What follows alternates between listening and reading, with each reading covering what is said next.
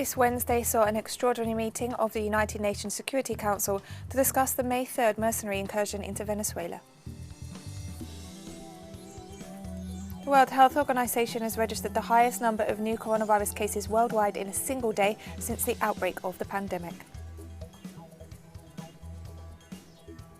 The UN Security Council debated the situation in Palestine this Wednesday in the face of the Israeli regime's plans to annex parts of the West Bank. From the headquarters of Telesur English in Havana, Cuba, this is From the South, I'm Katrina Goss. An extraordinary meeting of the United Nations Security Council took place virtually this Wednesday to discuss the mercenary incursion into Venezuela on May 3rd. The meeting was convened by the Russian Federation. Venezuelan ambassador to the UN, Samuel Moncada, thanked Russia for its support to denounce the events before the Security Council.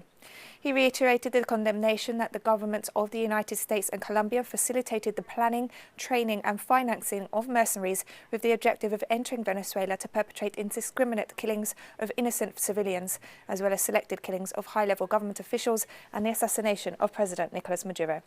Despite the extensive evidence presented by Venezuelan authorities, the governments of the US and Colombia continue to refuse to cooperate to establish the facts and avoid impunity.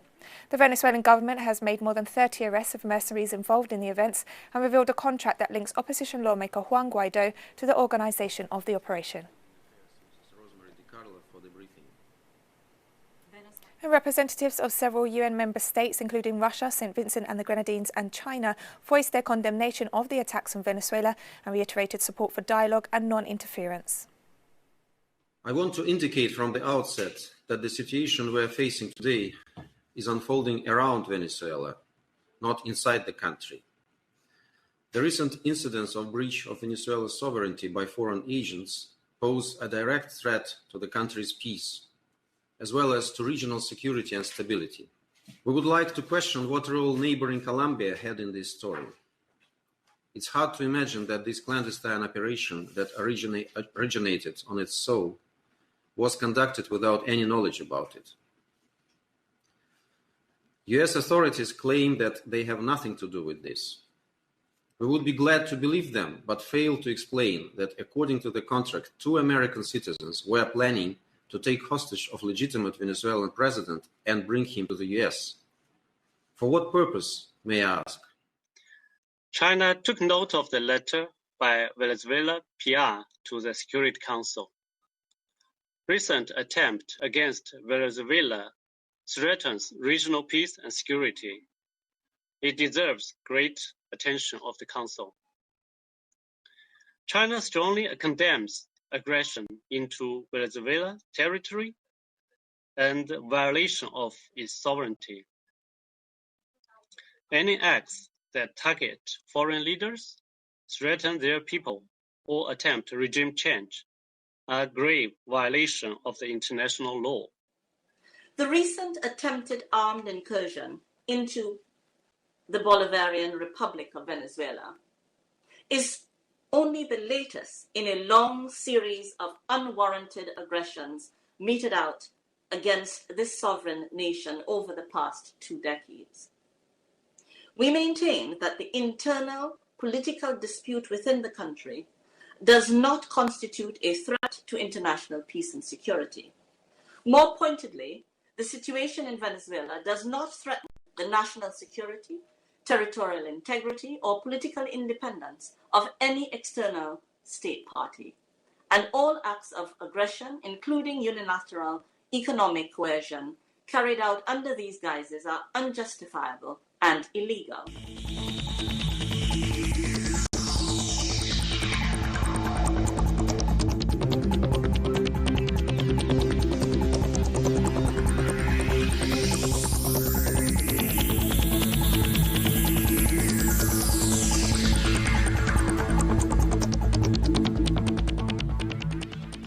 Venezuela reported 75 new COVID-19 cases on Wednesday, 3 of which were locally transmitted. 5 of the new cases were contacts of people who had travelled abroad, while 67 were imported cases from Brazil and Colombia. Venezuelan President Nicolas Maduro explained that all confirmed and suspected cases are being monitored by health authorities. Meanwhile, Vice President Delcy Rodriguez requested that the Pan-American Health Organization speak with the Colombian migration authorities in order to ensure control over the crossing of borders via legal routes.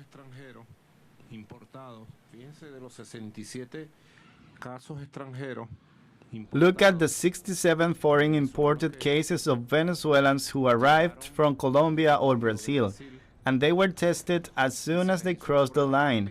They crossed the border. All of these cases are under epidemiological and medical control at the border, and they're staying there for 14 days. It would be much worse if they contaminated the country, if they entered and contaminated the whole of Venezuela. Bolivia's health minister, Marcelo Navajas, has been arrested following a corruption scandal involving the purchase of medical ventilators at an inflated price. Navajas is the owner of an elite private clinic and was appointed as minister on April 8th by de facto President Janine Áñez. 2 consultants from the Inter-American Development Bank have also been arrested after the bank released a statement supporting the deal.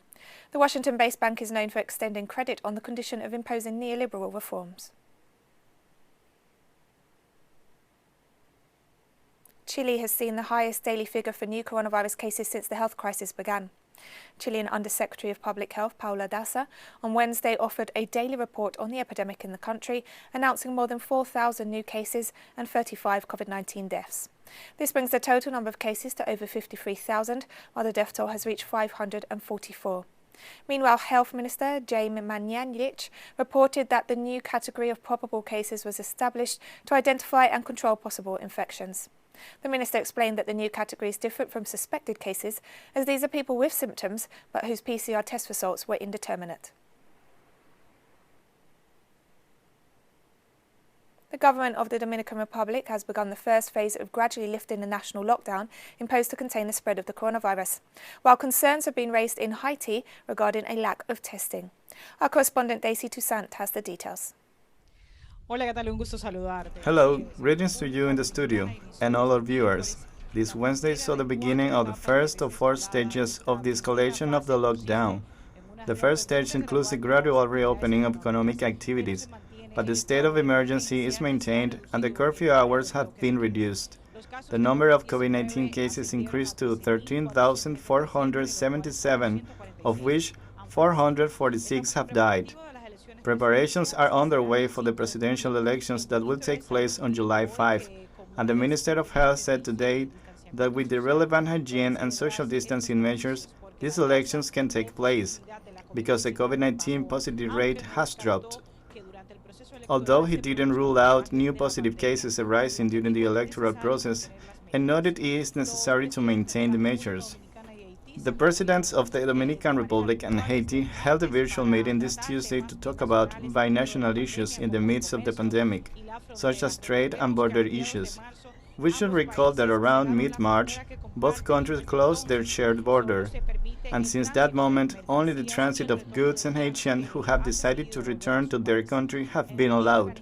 In Haiti, organizations have warned the situation faced by HIV patients, with a weak immune system, because the authorities have not allocated funds for COVID-19 prevention campaigns among the particular group. Haiti's Ministry of Health and Population has reported 596 positive cases and 22 deaths. Experts are concerned about the lack of diagnostic tests, as since the first COVID-19 cases were identified in mid-March, the National Laboratory has carried out 2,270 tests for a population of more than 11 million people. We will continue reporting from the Dominican Republic on the situation in the Caribbean in the midst of the pandemic. Back to you in the studio. More stories coming up after this very short break, so don't go away.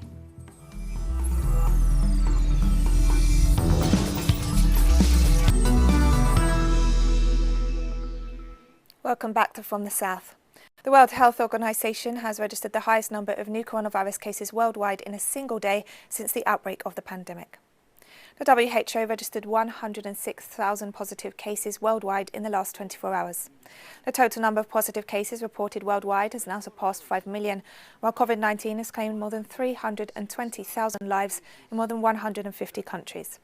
WHO Director General Tedros Adhanom Ghebreyesus expressed concern about the spread of the virus in countries with vulnerable health systems and called on the international community to evaluate responses to mitigate the impact of the pandemic. We still have a long way to go in this pandemic. In the last 24 hours, there have been 106,000 cases reported to WHO, the most in a single day since the outbreak began. Almost 2/3 of these cases were reported in just 4 countries. All 50 states of the US have now begun to reopen their economies to some extent, despite the ongoing health crisis. The state of Connecticut was the last to begin allowing some businesses to operate from Wednesday. However, there remain vast differences in how each state is deciding to lift measures, with some advancing much faster than others. On April 7th, 42 of the 50 states of the US had issued stay-at-home orders with the aim of containing the spread of the virus that has caused almost 94,000 deaths. However, since late April, several areas began to lift some of the restrictions put in place at the state level as the Donald Trump government let the federal guidelines expire. And the United States continues to report significant daily rises in the number of coronavirus cases. Our correspondent Jorge Estoso has the latest.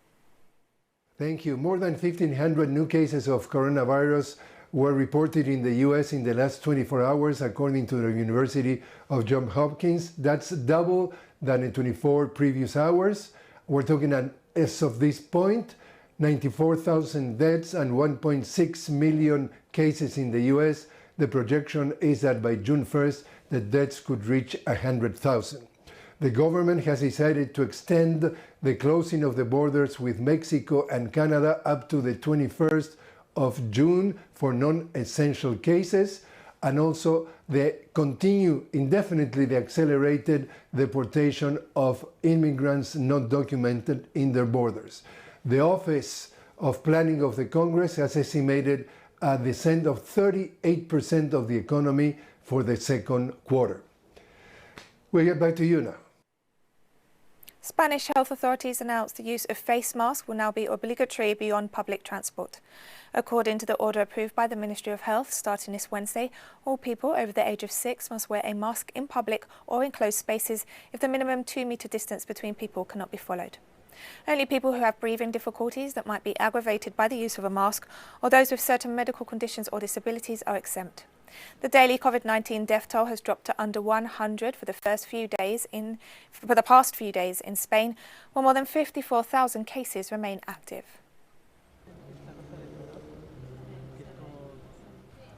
Russia reported its lowest daily increase in coronavirus cases to date this Wednesday at less than 9,000. Russian authorities have said they're entering a phase of stabilization, but called for precaution before lifting all restrictions. Despite reporting more than 308,000 coronavirus cases, the COVID-19 death toll is less than 3,000, which experts have put down to widespread testing. As of today, 17 regions have reached criteria for step-by-step removal of restrictions. 14 of them have already reached adequate decisions and lifted restrictions as part of the first stage. As we have discussed, it should be done very carefully so that we don't ruin the delicate balance that took so much effort to reach. And we're taking one last break now, but stay with us for more.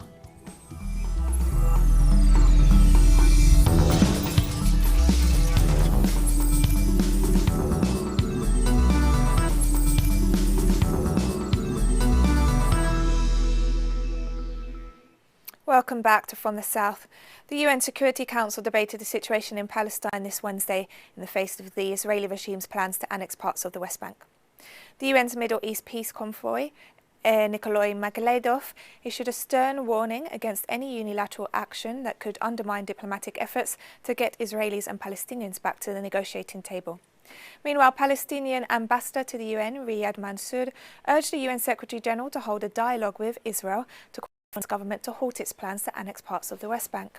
The ambassador noted that Palestine is making contacts at the international level to form a broad and strong front to prevent Israel from implementing its plans. And the UN Security Council meeting took place after Palestinian President Mahmoud Abbas declared an end to all agreements and understandings with Israel and the United States on Tuesday, stressing that Israeli annexation plans would ruin any chances for peace. The Palestinian leader also stressed that the United States, as the primary ally of the Israeli occupation government, is fully responsible for the oppression of the Palestinian people. More than 2,500 people have been killed by COVID-19 across Africa, according to a recent UN report. UN Secretary-General Antonio Guterres expressed on Wednesday his total solidarity with the people and governments of Africa tackling COVID-19 and warned that millions of people in the continent could be pushed into extreme poverty due to the pandemic. South Africa has reported the highest number of cases in the continent, 17,000, while Egypt has recorded over 13,500 cases. On Monday, the Seychelles became the third African nation after Mauritius and Eritrea to announce that it was virus-free following the recovery of all 11 cases identified. But the pandemic threatens African progress. It will aggravate long-standing inequalities and heighten hunger, malnutrition and vulnerability to disease. Already, demand for Africa's commodities, tourism and remittances are declining. The opening of the trade zone has been pushed back, and millions could be pushed into extreme poverty. The South African Health Minister refuted criticism of the country's COVID-19 lockdown on Tuesday, stressing that the measure has effectively stalled the spread of the novel coronavirus. Sweli Mkhize stated that with the implementation of the lockdown, South Africa's healthcare sector won time to prepare for the rising wave of infections and deaths. The official responded to rising criticism from the opposition regarding the strictness of the measures, which they claimed were not based on scientific principles. The minister noted that the criticism comes at a time when the Western Cape province accounts for 60% of national cases, with the numbers increasing rapidly on a daily basis as compared to the rest of the country. South Africa has reported a relatively low death rate compared to the number of cases identified, which experts have noted is due to widespread testing. Kenya has now reported over 1,000 confirmed coronavirus cases after it recorded 66 new infections on Wednesday. The number of new positive cases is the highest yet since the outbreak was first announced in the country in mid-March. According to Health Minister Mutahi Kagwe, 64 of the new cases are Kenyans, while 2 are foreigners. The minister also stressed that border points continue to pose a high risk of transmission of the virus, with the majority of victims being cargo truck drivers. Kenya has reported 50 COVID-19 fatalities. Polls opened in Burundi on Wednesday, with the Electoral Commission calling for a peaceful vote despite simmering political violence and the risk posed by the novel coronavirus pandemic. The election marks the end of the mandate of President Pierre Nkurunziza, the country's leader since 2005, who's not running for re-election. Unlike Ethiopia, which postponed its August elections due to the epidemic, Burundi's government has chosen to push ahead. The country of 11 million people has reported just 42 coronavirus cases and 1 death. Last week, the government expelled the national head of the World Health Organization following public criticism that all parties were holding mass rallies despite the risks. Cyclone Amphan has hit the coast of India and Bangladesh as authorities rush to evacuate residents. On Wednesday, the powerful storm struck West Bengal in India and Bangladesh with winds of more than 100 kilometers per hour. There are already reports of extensive damage from authorities of both countries, while evacuations have been made even more difficult due to the coronavirus pandemic. The cyclone is considered the most powerful to hit the area in the past 2 decades. Many people have gone to the cyclone shelters fearing the rise of water level. The authorities have already arranged to buy food for them, and their meals are being cooked at every Union Council office. But there is a shortage of drinking water. There are sanitation facilities for them, but no social distance is maintained there. For that reason, the fear of coronavirus spread is persistent there. And we've come to the end of this news brief. You can find these and many other stories on our website at telesurenglish.net. And join us on social media, Facebook, Twitter and Instagram. For Telesur English, I'm Katrina Goss, and thank you for watching.